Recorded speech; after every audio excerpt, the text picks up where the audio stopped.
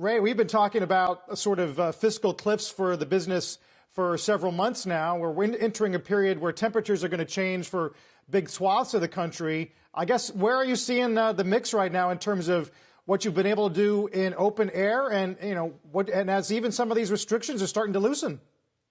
Sure. Well, in Texas, we're back up to 75%, which is fine. We have beautiful weather in Texas. But when you look at a city like New York, where the mayor has just said, hey, we're going to let you stay indefinitely outside, but if you enclose, we're only going to let you have 25% seating. The average New York outdoor restaurant has about 20 to 40 seats outside, and that's only 5 to 10 seats outside. In Texas, they're going to allow us to go to 75%, but as I've said, we run 100% kitchen, so it's very difficult when the cooler weather comes in. We've gotten our sales, fortunately, back up to 80% plus, which gets us, back above the break-even line. But when the colder weather comes in, if we're not able to go back to 100%, even in our outdoor enclosures, that's going to be the next foot that drops.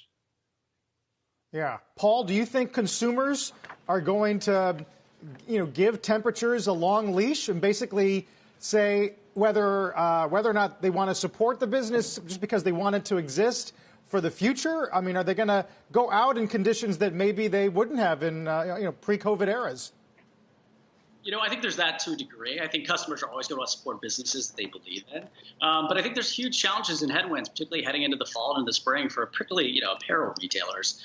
You had PPP, you had rent deferrals, but that only gets you so far. That's sort of a short-term solution for a long-term problem of just customers aren't going to be able to come back into stores like they have, or their, buying has changed, where they're not buying work clothes, where they're not buying things for special events. Some businesses, I think like ours, have been able to pivot.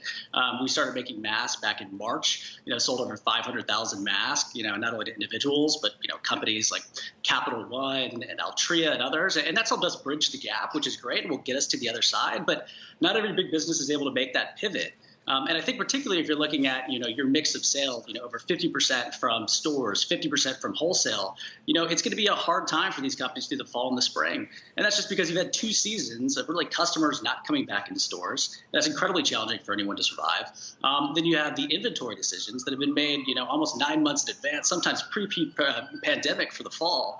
And so people are going to be either looking at not too little inventory to sell to folks or too much, and that balloon just might pop. So, my gut is some of our businesses, small and nimble ones, are going to survive, but the past is the best predictor of the future. I think in 2008, 2009, there were over 400 retail bankruptcies each year. I think this year there's only been 45, and I think that pain is going to sadly come in the fall and then sort of carry on to the spring for some folks.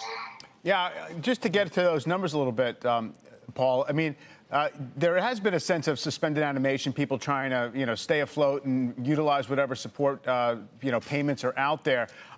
Do you think that there's not actually a way for these folks to navigate their way out of it? Because so many chains have already been in shrink mode. The markets seem to be willing to float a lot of them at least part of the way.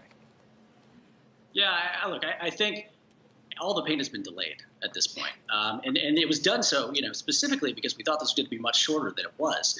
So I think once PP is dried out, and then particularly on the retail side from landlords, landlords can only give so much grace, and Ray can certainly speak to this, but you can't, do 6 months, 9 months of free rent and take on that liability. So I think those companies with a lot of stores that are looking at the fall and saying, hey, people aren't going to come back, that's going to be a challenge. And so either you're saying, what can I do to change and to add cash into the business, things like face masks that we've done. But again, those are not long-term solutions. It's really going to take customers getting back into stores, and it's going to take, probably some further assistance to get there to bridge a lot of these major companies with large retail footprints, over the next 12 months.